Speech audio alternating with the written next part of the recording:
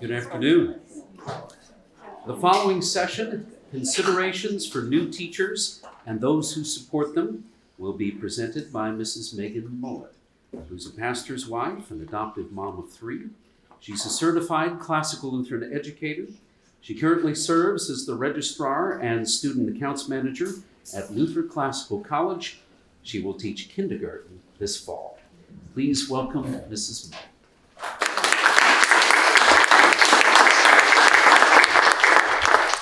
Thank you. And given your other options for this session, thank you for choosing mine, although I'm humbled by it because I would really like to hear a couple of the other ones. But thank you for being here.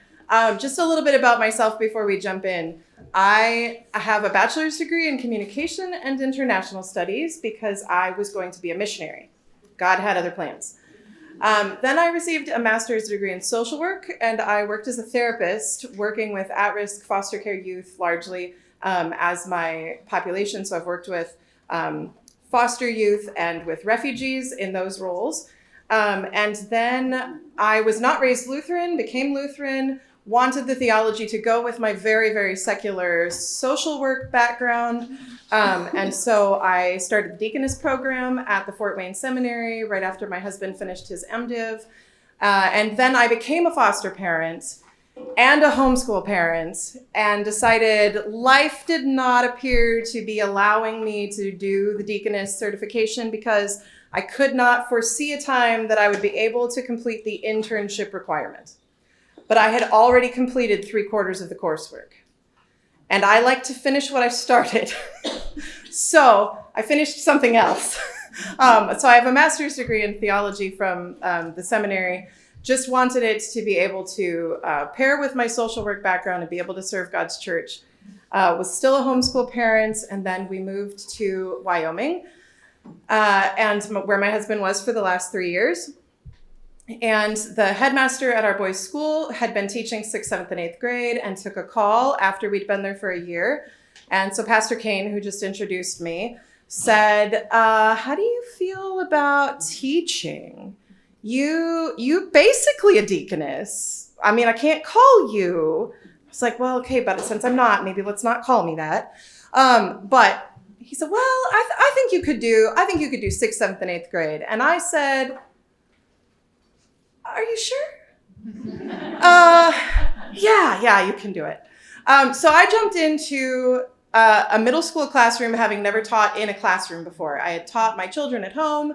I had worked in after school programs. I'd worked with youth in a variety of contexts. So I knew what I was getting into from what can I expect from my students behaviorally, with their social emotional development, things like that.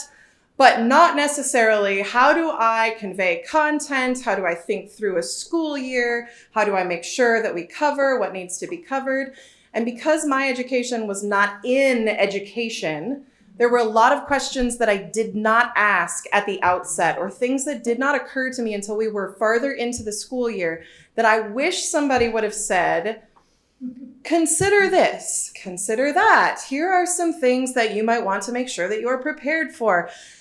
And then I learned on the fly, and I learned really fast, but I would have liked to have been prepared. So my point in this presentation is for you as a new teacher, or a veteran teacher supporting a new teacher, or an administrator supporting a new teacher, to be able to think through some of those things that you might take for granted that teachers will know to ask, or will already know, that a new teacher coming in, especially if they're not coming in from an education background, if they have a different educational experience of their own, that you can begin to have those conversations without waiting for them to ask. Because it's really hard to be a teacher in a context where you're learning things at the same time as your students about the way that the school works. And then you have to lead them while you literally just got that information. So please don't do that to them. Let's think through it together.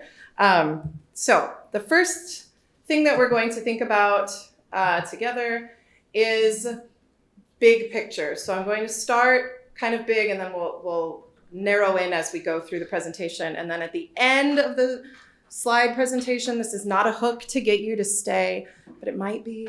At the end of the presentation, I have a QR code that will link to a PDF that has a lot of the questions that I'll raise in the course of the presentation that I will admit is not my best edited work. So please take it with a grain of salt and mend it for your own purposes and maybe don't reproduce it widely. So you will be teaching, if you're a new teacher, at a Lutheran and classical school, and what a joy that is. You can be 100% yourself and incorporate all of these things beautifully. You don't have to try to keep certain parts of yourself kind of hidden away. I struggled with that as a therapist in a secular setting where it felt like I had to have a wall kind of between my personal and professional. And in this setting, you are Lutheran and you are classical and you are already those things and you can just be those things. That's wonderful. So feel free to incorporate scripture, confessions, catechisms, hymnody through the course of your day. You don't need to apologize for it. You should be doing those things. This can happen inside of lessons. It can happen in memory work, in the course of your daily, weekly routines, in conversations with students, and even on the way that you think about how you're going to teach the content. One of the things that was most helpful for me when I was beginning this role as a teacher in a classroom was to think about who I am in that place, and that you have heard this in other talks, so this is not rocket science, but that you are the one that your students will imitate, which is both entirely freeing and absolutely horrifying. Like, that is a lot of responsibility and also very freeing, because that means if you didn't quite hit every single thing that you intended to in the lesson, your students will have captured that you were there, loving them and teaching them and bringing God's beauty to them with truths. And I'm not saying skip your content. Please don't hear that. But it really is kind of like parenting on a bigger scale. And I have 3 at home, and I'm not sure I would want to have a whole classroom in my house. But thinking about my students as, this is character formation, very similar to what you're doing in your home with your children, but you need to be more structured and regimented than maybe the way that you think through those things in your house. Integrated instruction as much as you can. This will depend on your context, on your classroom, but it was very, very helpful for me to not necessarily have to silo myself. So I was, last time that I was in a classroom, I was teaching 6th, 7th, and 8th grade for every subject. We didn't do any pullouts. We had nobody coming in to do Latin. We had nobody coming in to do religion. It was just me. We were also not ever sending students to another classroom for different levels of instruction. So it really was just me, which meant I had complete control over my schedule and how I could integrate. So for an example, this was sort of unplanned and then it happened. I was like, that was brilliant. How do I do that on purpose?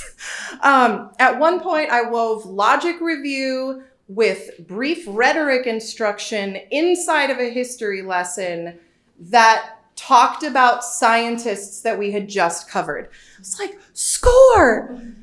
How do I do that again, but on purpose this time, right? So as much as you can, that allowed for review to happen very naturally because I was the one providing all of the content instruction.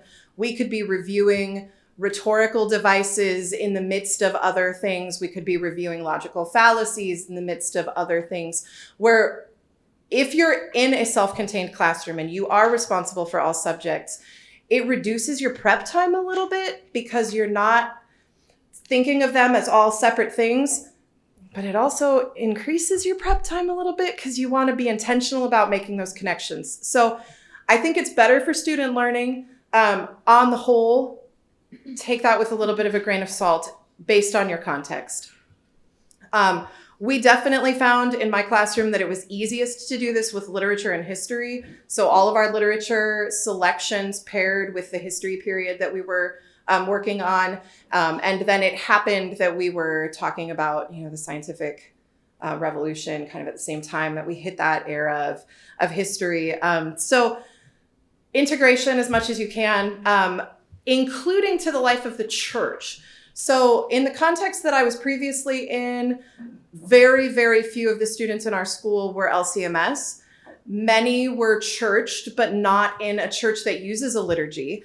And so they didn't really even have a concept of the church year. And so we would talk at the beginning of every week about what points of the church year we were in. We would have a hymn verse that was part of our memory work every year that was chosen to pair with the church year. So we were incorporating the life of the church pretty naturally into the life of the classroom, just as part of that flow of the year. It doesn't have to just be slotted to religion's time period to do that. There are so many ways that you can bring that in. And before we move on, let me just say, if you are in this boat of you are a first year teacher, take heart, you can do it, because you have been chosen by your headmaster or by your pastor for a reason. You are capable and you are competent. And even if you are sitting there panicking like I was, it will be okay. I was panicking, and we had a great year. It went so much better than I ever could have hoped in my panic. And I praise the Lord for that. He really was wonderful and gracious to me in that year that I just jumped in without really having the right background and all of that. But don't be afraid to admit when you don't know or to ask for help. So in your connections with others here, friends who are also teachers, people who are headmasters, your pastor, rely on others and don't try to do it on your own.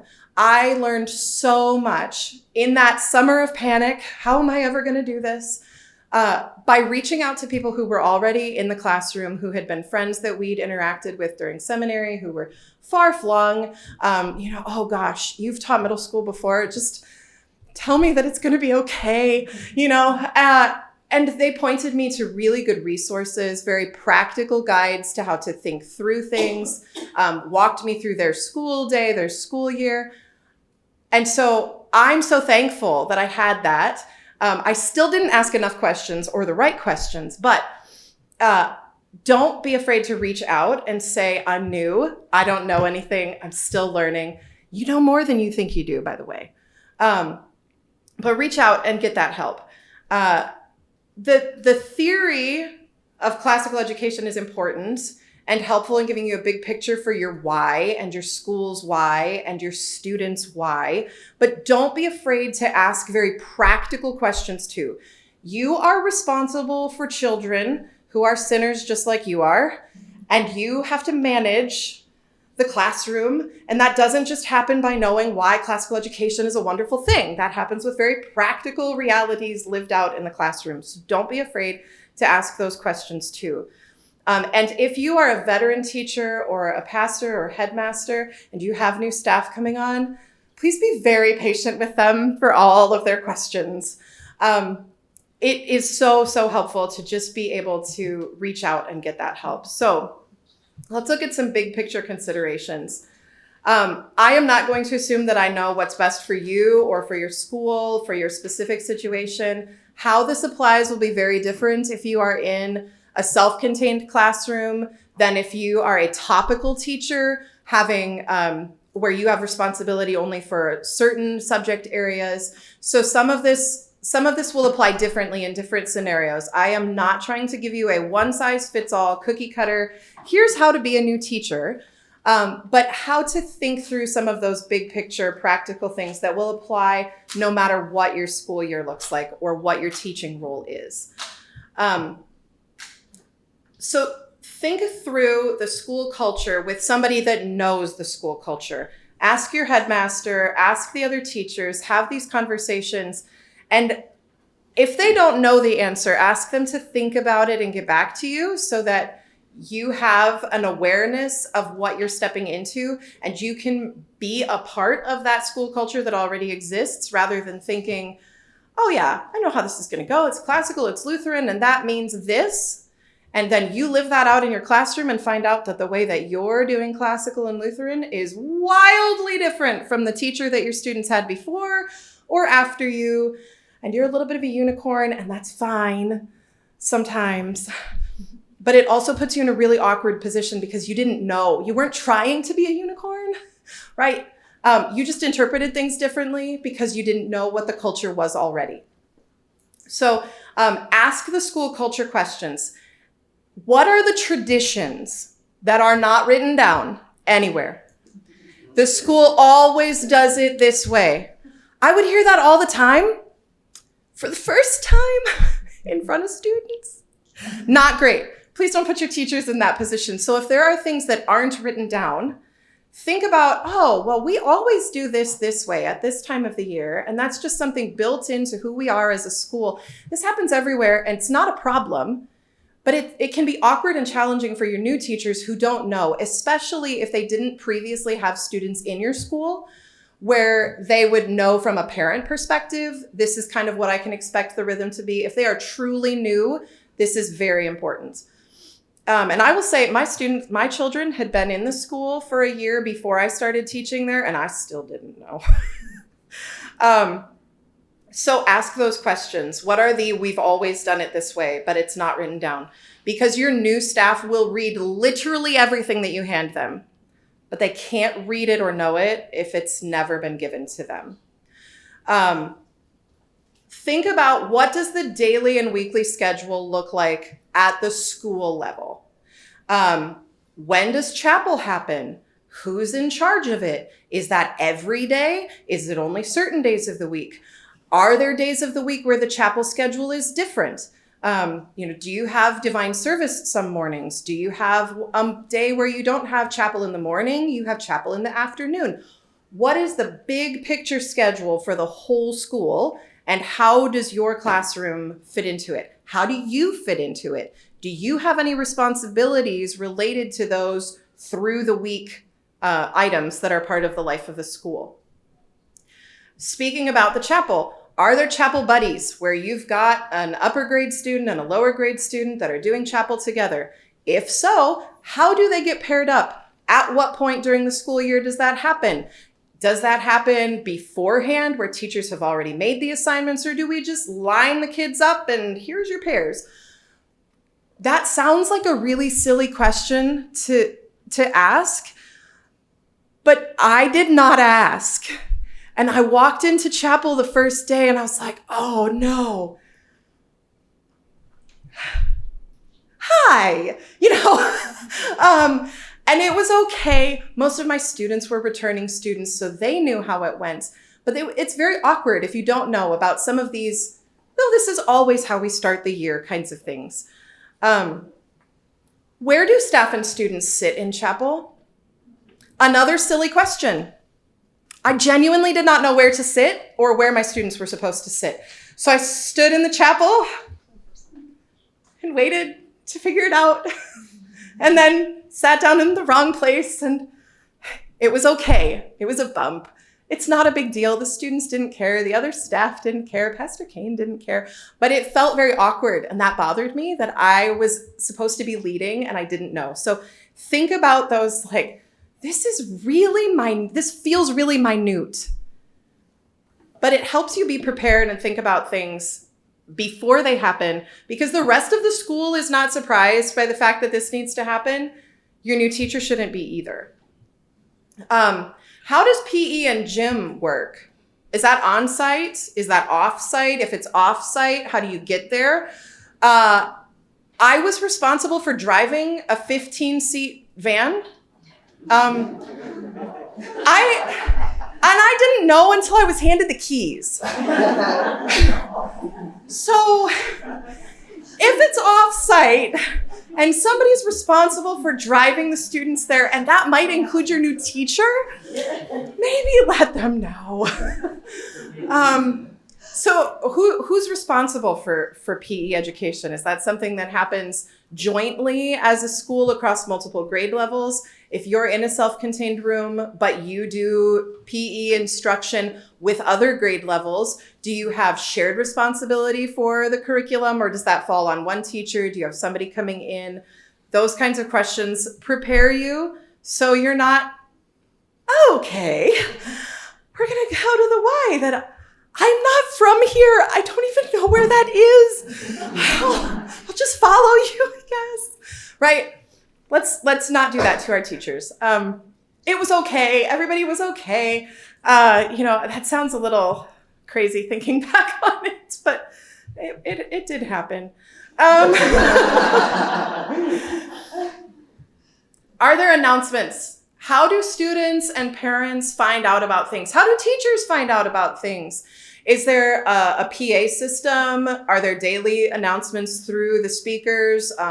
Is there a weekly bulletin that's sent out? When does it get sent out? Do you ever have anything that needs to be contributed to that? If so, what are the deadlines? How does this school-wide communication happen, and what is your part in it? Are there daily routines that are part of the whole school that you should know about? Everybody says the pledge together, and then everybody runs however many laps we're running that day, and then we sing the national anthem or whatever the rhythm is. If you don't know, then you can't plan for it and lead your students to it and make sure that they're on time for it. And if there's a wonky part of the week where it doesn't follow the normal path of the pattern, make sure your teachers know that too, because we showed up for running on a day that we weren't supposed to run. So my students ran anyway, and they just ran by themselves, and it was okay. But think through those weekly, this is how it goes, these are our exceptions. And that is also really important information, especially if you're in a self-contained classroom and that time has not been accounted for in your content time blocks. If you don't know going into the school year that there are 30 minutes worth of things that the whole school does together at the beginning of the day, then when you're doing your planning, you're assuming that you have these 30 minutes that are now part of your literature block or your math block in the way that you're doing your planning. And then, there you go, 2.5 hours a week, which is okay because that's part of the life of the school. And it's important that we do these things together. But my full year plan did not include losing those minutes. So think through those things, including how does the day end? And what happens at the day's end? Do parents come into the school? Is there a car line? This might depend on the size of your school. What is your role in the end of the day? Do you need to be there on site with your student with your class until every student from your class is gone? Is there somebody that you pass them off to and they're responsible for pickup? What does that part of the day look like too? Dress code. This goes with school culture. Might seem like a given. Pretty obvious, but ask, what is the dress code for students? And what are the expectations for staff? And are there any exceptions? Planned exceptions, earned exceptions, things like that. And then what do we do when a student doesn't follow it? Because I was the only middle school teacher, and the middle schoolers were the ones most likely to break the dress code. And I had no idea. Like, that person they weren't like way out of the dress code. It wasn't blatant, but it wasn't in line. How strict is our school on enforcing the dress code? Is that worth having a conversation with them or their parents about, or do we just let it slide? Where are our lines? Please tell me where the line is so that I can tell the students where the line is. And then what do we do about it when someone crosses it? What does communication look like with staff throughout the week, throughout the school year? Are we having regularly scheduled meetings? Are there regular emails? Are we just hoping for the best as we pass each other through the halls? I hope that's not the case. What does that look like so that you can plan as a teacher and you know that you're not going to be on your own? You have support. And again, how does the school communicate with students and families? But thinking beyond the announcements and the weekly things, if you are going to send a class-wide note home from your classroom, do you need to get approval? What does that look like? Can you just send home whatever you want to? This sounds really silly, but ask so that you're doing it in line with how everybody else in the school is doing it and you're not accidentally a unicorn in a field of deer. It's not going to work well. It was fine. We did great. Under what circumstances do you need to be prepared to communicate immediately? with parents? When are the times that that is an immediate phone call home? I don't know. Thankfully, I was never presented with a situation in my classroom that would have warranted that. But I had middle schoolers, and they're a little unpredictable. It's like, oh, I don't know where that line is. Somebody please just tell me where the line is. I will follow it. So let your staff know where that line is. Make sure that it's being consistent. Again, similar to the dress code, what is the code of conduct and discipline policy? You probably have one of these in your handbook. Please give your new staff examples of what falls under which level of discretion. You know, we had, in the school that I previously was in, we had a house point system, and sometimes problems merited removal of house points. Okay? But then we also had yellow slips and pink slips and red slips. I didn't know where to find them. I didn't know what should be, like, what merited a yellow slip and what does that mean and what do I need to keep track of? What merits a red slip and, oh, the kid's not supposed to come to school the next day. I didn't have examples. So even if your code of conduct policy is pretty good, make sure that your teachers know some examples that go with that so that they know what to do. And then you pray that you never need that information. Are there school-wide consequences or rewards? Are there star students, student of the month? Are there internal class rewards that are pretty consistent from one to the next? Do you have house points? What is that? And how can I be part of it? How does that work?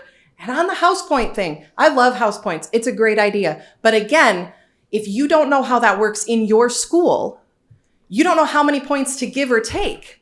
Is this like, yay, you did a great job, you get 10 points? Or is this, yay, you did a great job, you get 1 point?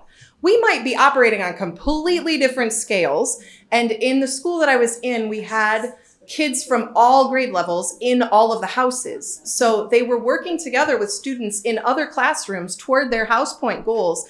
I'm like, I don't know if I'm supposed to give 1 or 10. I mean, we just didn't do very many house points because I didn't know how to do them right. Which then was a disadvantage for my students because they wanted to be able to be part of it. And as middle schoolers, they would have been capable of earning a lot of their house's points. School calendar, big picture. Familiarize yourself with the published school calendar and note major events. If you have questions about how those might affect you, ask them now so that you can appropriately prepare. If it's a half day for students, is it a full day for staff?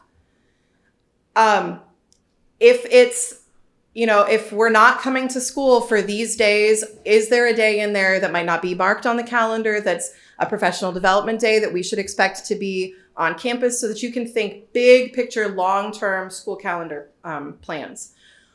Are there any major events on the school calendar that require class time to prepare for? Do you have a Christmas program, an end of year program? What happens at those programs? And do you need time to prepare for them during what you thought you were going to have as content time? How does that work? So an example, we participated in a speech meet and we needed to, I didn't realize, and we adapted, we needed to be able to spend a couple hours a week in the lead up to the speech meet itself doing in-class speech meet prep. I was trying to get through a lot of content in a short school year. And I was like, oh, we're going to lose a whole book. And we lost the book and it was okay. And we did the speech meet, but then I was sad because we hadn't done what I had planned. But you have to hold your plans loosely. They're guidelines, right? You don't hold so rigidly, you run yourself and your students into the ground. It's okay. But if I had known in advance, it would have adjusted my prep for it.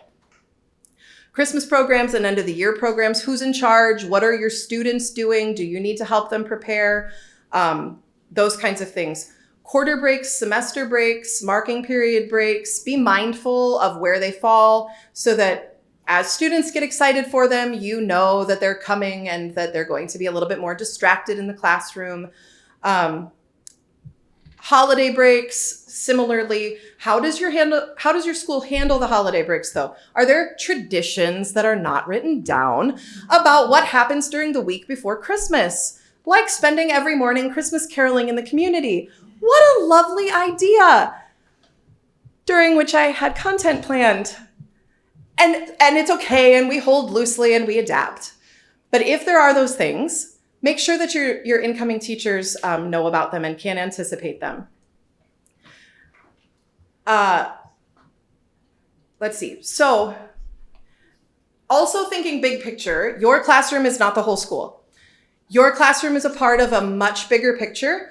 And so one of the big picture things to think about is where your classroom falls in that big picture. So in my previous classroom, 6th, 7th, and 8th grade, that was the top of the school. I am capping their education before they begin high school at a not Lutheran school. We didn't have any in the area that were an option. So I am responsible for making sure that we have met all of our goals with them as best we can before they're released to the next thing.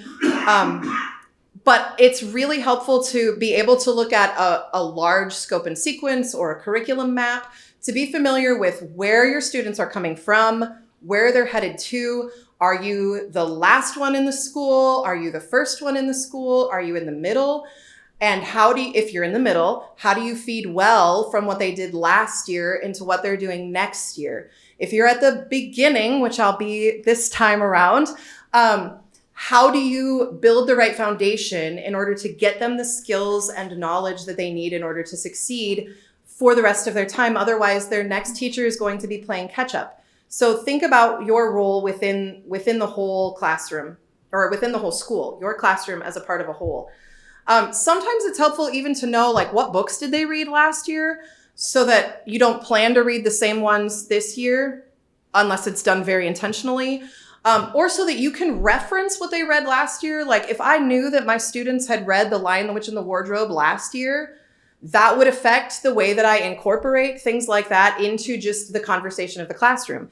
If I know my students are not going to read The Lion, the Witch, and the Wardrobe for another 2 years based on how our curriculum is going, I'm not going to spoil the surprise, right? So think about those kinds of things. And if your students are returning students, what did they do last year? What math level were they in? What Latin level were they in? Where is their proficiency? And some of this you're going to have to assess on the fly as you learn your student, and things are lost throughout the course of the summer. But if you have a general idea of where you're headed, big picture curriculum thoughts, thinking about where you fit into your school's curriculum, that gives you a much better perspective on what you need to accomplish during that. If you're doing history on cycles, and you are in the medieval cycle, but that actually goes all the way through the Counter-Reformation, and you're going to do all of the explorers and early foundation of America next year, you need to make sure you get all the way through the Counter-Reformation because next year's teacher's got a lot to cover too. So thinking through those things. Sometimes this will be different. How you think through your part of the whole will be different if you're in a self-contained or if you're a topical. But I think a lot of the same things still apply. Are there subjects that are synced across the school? So if you're a self-contained, and everybody else is too, but we're intentionally doing history on the same cycle, make sure you're preparing for the right history. Are you all trying to do science on the same cycle? Is there memory work that happens every week? Is that the same leveled appropriately across the whole school, or is every teacher doing it differently? Are different grade levels doing it differently? If we're doing memory work and we're sort of in sync, are you doing your own thing, but it sort of has to do with the first commandment, and I'm doing my own thing and it sort of has to do with the first commandment? Or are we just on our own? I doubt that you're all just on your own completely, but just thinking through those bigger picture things. Now, zooming in slightly, the ladies who gave the last presentation did a good job of explaining the benefit of a full year plan and thinking through those things. Your school may or may not have a program that allows you to do this. I love Excel. Excel is the way that I did my full year plan for 6th to 8th grade for all of the subjects. And it is probably the biggest spreadsheet I've ever made in my life. And it was amazing. And we didn't do it all, and it's okay. But having that big picture and being able to think through, how do I achieve that over the course of the year? I want to get through these books. This is how long they are. This is how long we need to spend on them. This is the science curriculum. How am I going to get through that? Being able to break it down by week made it feel more manageable. Like, oh, I don't have to teach all of medieval history today. That's good. I've got all year, you know. But having that plan is really helpful, because if you don't have a plan, you don't have a direction that you're headed in, and you might not be able to build the right foundation for the next year. Oh boy, that was too far. Sorry. Think through the details related to those events that you noted when you were thinking big picture. Christmas program was something that was probably more stressful for me than it needed to be, just because I didn't know. What are my students supposed to be doing? Oh, everybody's going to do these songs that are on a list that was not given to me until my students had them in their hands, which is not great. But it's okay. Think through those things after you've got the big picture. You don't have to ask every question all at the same time, but thinking through them can be helpful. Also, knowing what your expected involvement is with certain events is helpful. If your school has an annual fundraiser and you're supposed to get a class basket together, or you're supposed to inform your students that they need to bring in donations for the fundraiser, please make sure your teacher knows that before you ask them when they're going to have their class basket in. Maybe. So think through the details after you've got the big picture. One that hit me, because I was not coming from an education background, that I urge you to have conversations with your incoming teachers about, is parent-teacher conferences. I had been a parent at a parent-teacher conference. I had once upon a time been a student whose parents went to parent-teacher conferences, but I only knew this is when parent-teacher conferences are happening, and these are when your parents are going to show up because our office scheduled that. I don't know how to be the teacher on the other side of that. What are we supposed to talk about? How honest am I supposed to be with you about, I'm not going to lie to you, but if they are brand new, walk them through how you handle your parent-teacher conference. This is kind of how I start. We cover all of their strengths, and we talk about what we're learning in the classroom, and we talk about some of the things that they're struggling with, and we ended on a positive note. Even that would have been really helpful, because I was sitting there having flashbacks to when I had my first therapy client, when I was a therapist. I'm like, oh man, hope this goes okay. I'm just gonna pray. Talk it through. Another one to think through with your incoming teachers is, how does grading work? That sounds like a silly question, but how many things need to have a formal grade versus informal assessment? How often do grades need to be submitted? And when are they due? If you're sending out report cards on this day, when do you need to have your grades to your principal or your headmaster? If you're teaching a language, how are you going to assess that in line with the way that others teaching the language in your building are assessing that, so that you're not being far more harsh about their Latin interpretation than somebody else's who's like, well, they mostly got the vocabulary and we're working on the grammar, so vocabulary gets most of the points and we've got, maybe 1/10 of the points for grammar. I didn't have anybody to walk that through with me. So think through, what is the appropriate grading look like in your subject levels in a way that is in line with what your other teachers, especially for those same subjects, are doing.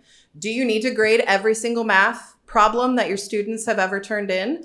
Are some things for participation? How do you know how to weight those things in your classroom?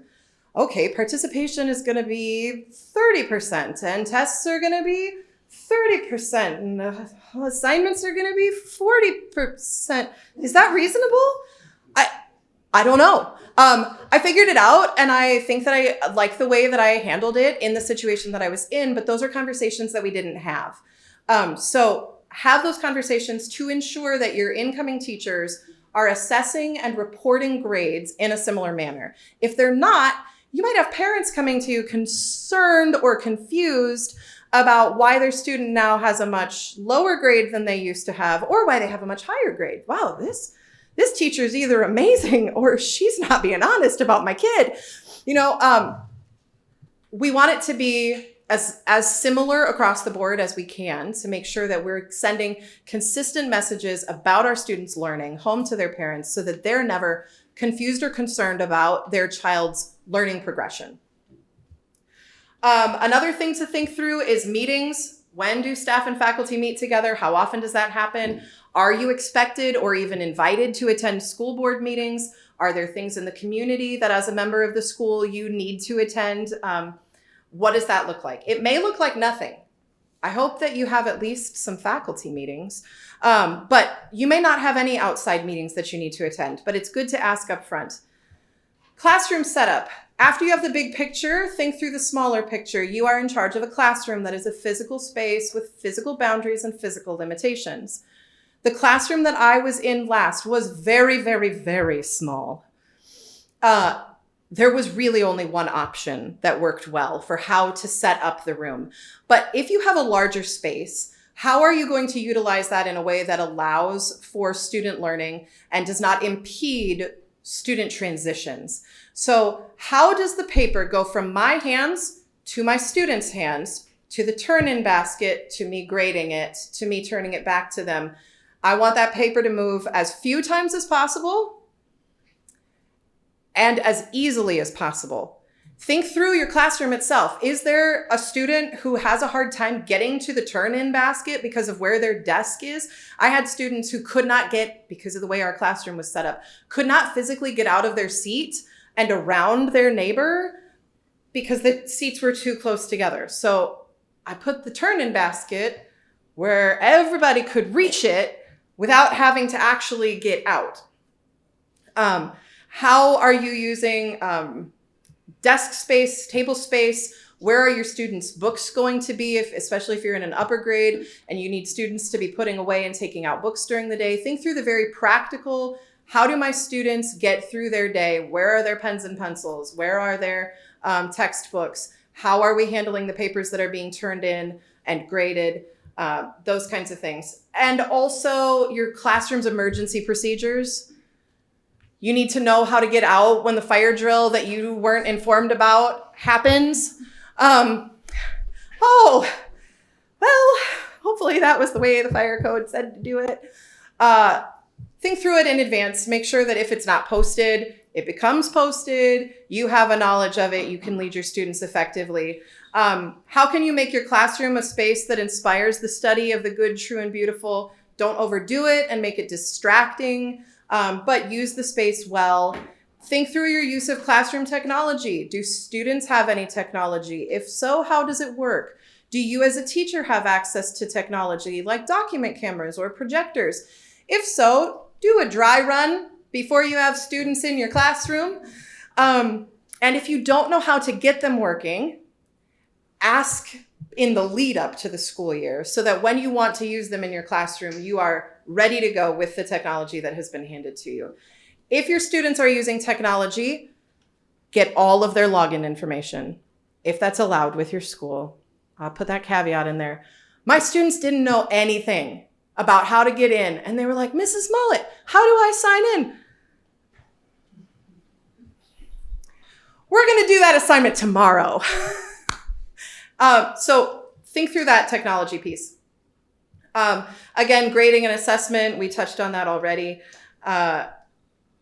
If you're taking over the classroom of another teacher or you're inheriting students who were just taught by your predecessor, especially in a mixed grade classroom, how did your predecessor handle things in that classroom? Especially if a student's going to be in there again. You don't have to do things exactly the same way that they did, but if you know what happened in the classroom last year and you've got students returning to that same classroom this year, it can be helpful just to give you a grid for where those students are coming from.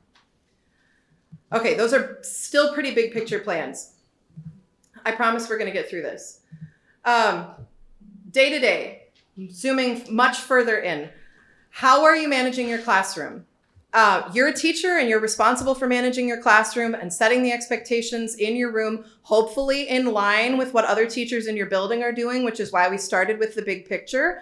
But you are not going to be able to do this on accident. It has to be planned. It has to be purposeful. So one of the things that I did as I was thinking about middle school was think about what are my non-negotiables. This is a silly example. I cannot personally stand repetitive noises. I'm going to lose my mind. Middle schoolers love to make repetitive noises. They love it.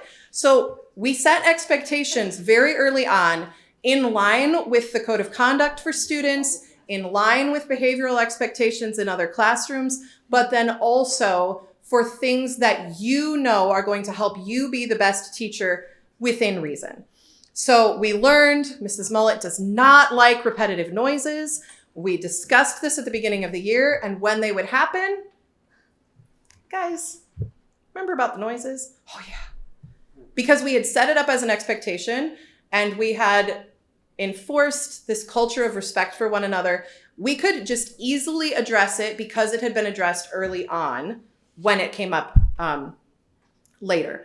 Other things to think about with regard to that: how are your students getting up to go to the bathroom? What about when they need to blow their nose, get a pencil, sharpen their pencil? How are you managing those daily needs of your students and communicating them? We had the school that I was at previously, we had a universal sign for I need to use the bathroom.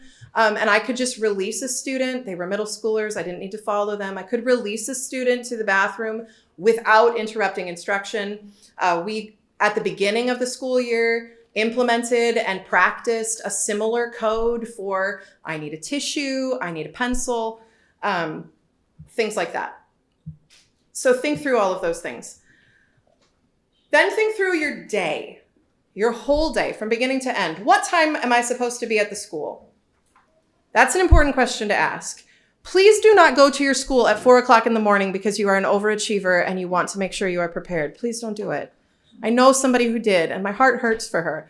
But you also don't want to show up at the same time that your students are if you're responsible for certain prep items before the students. So when are you arriving? When do students arrive?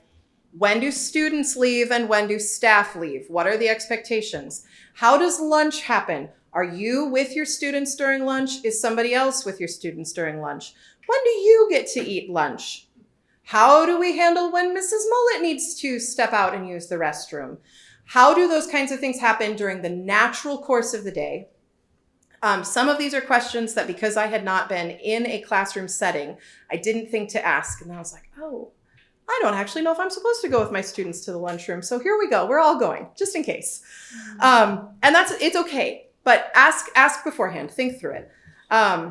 Do you have any recess duty, lunch duty? What does that look like? Snacks. I was a middle school teacher. I'm like, we're past snacks, right? Wrong. Wrong.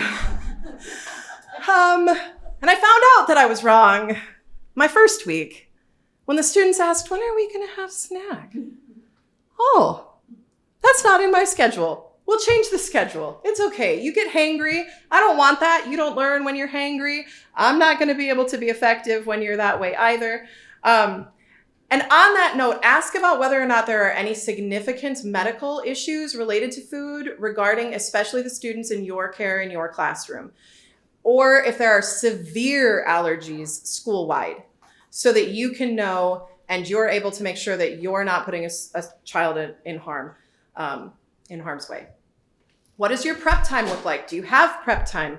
If not, when do you have planning and grading? How do other teachers at your school handle this? What will your classroom liturgies be? What is the morning routine? What is the end of the day routine? What are your routines for transition? Those are things that can happen very, very naturally with a plan and become a normal part of the school day, but they're not going to happen on accident. I did not realize the value of the classroom liturgy until my middle school students berated me one day for going out of order. well, we're just going to jump right into math and we'll do our hymn memory verse before we leave for lunch. No, Mrs. Mullet, we can't learn math until we've sung. You're right. Let's go out. I'll sit down at the piano and we'll practice our hymn and we'll get to math. It's okay. So I think at any age level, no matter what it is that you're teaching, those routines in your classroom are important. And think through your grading routines too. When are you going to be able to do it? After you know your expectations about when those grades need to be turned in, how to be in line with the way that your school grades, be familiar with the grading scale at your school. I grew up with like an A to F scale, right? Percentages. The school that I stepped into had a very unique letter system, number system. I did not understand it, and it was not explained to me. So we just used letters and percentages, and and we figured it out. But how are you going to get the grading done? And before you assign something to students, have in mind how you're going to grade it.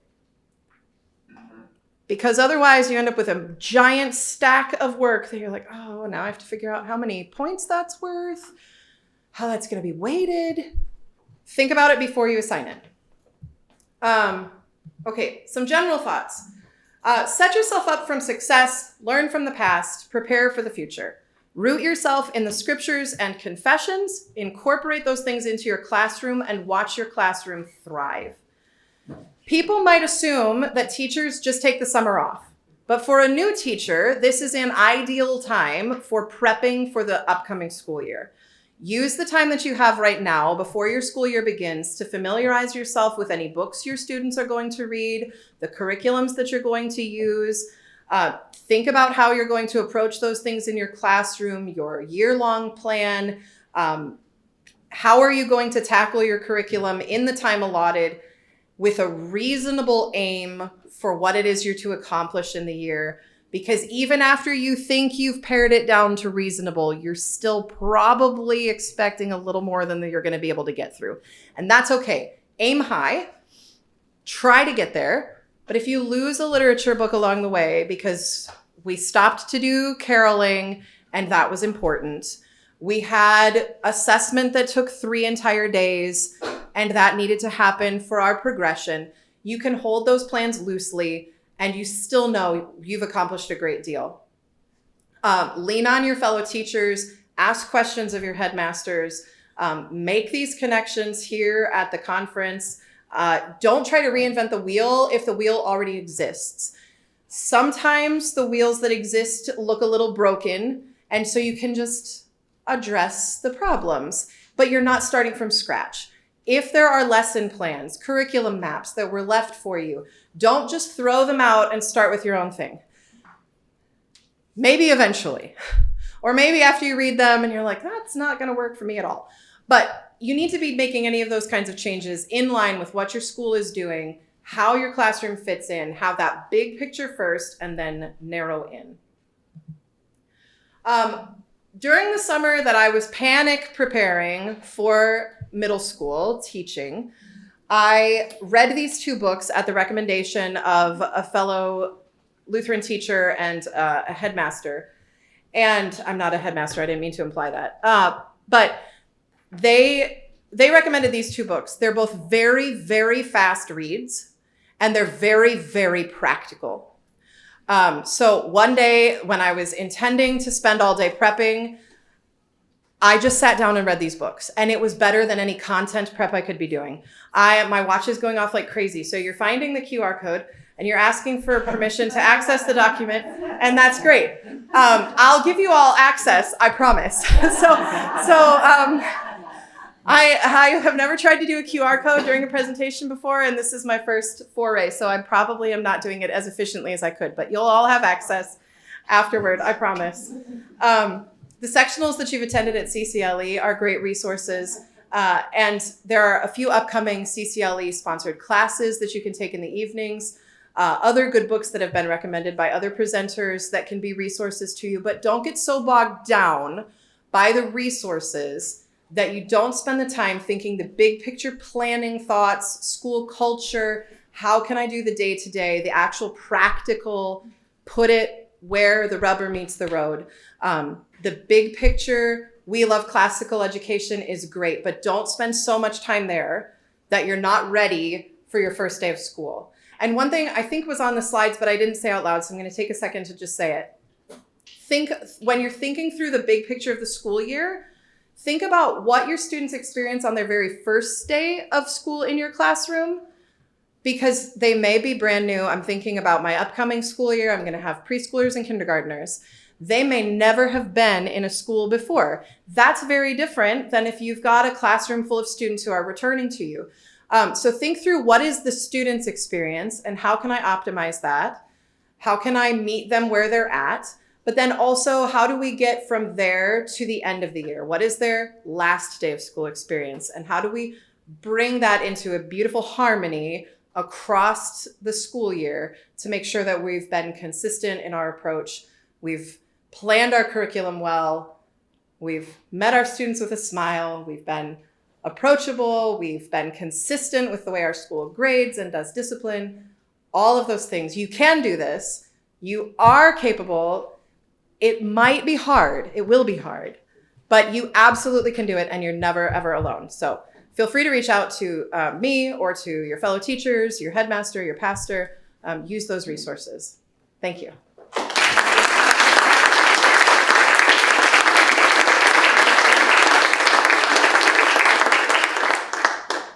I have a couple minutes, I think, for questions, or I'll hang out. Yeah.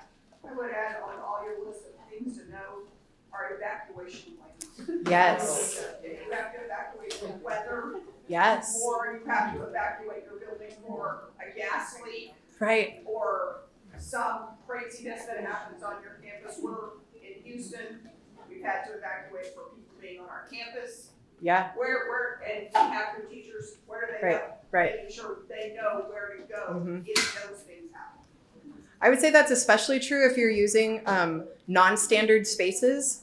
So my previous classroom was a very non-standard space. It was connected by a stairway to a main entryway, and then connected to the choir loft, which had its own stairway. We didn't have any windows.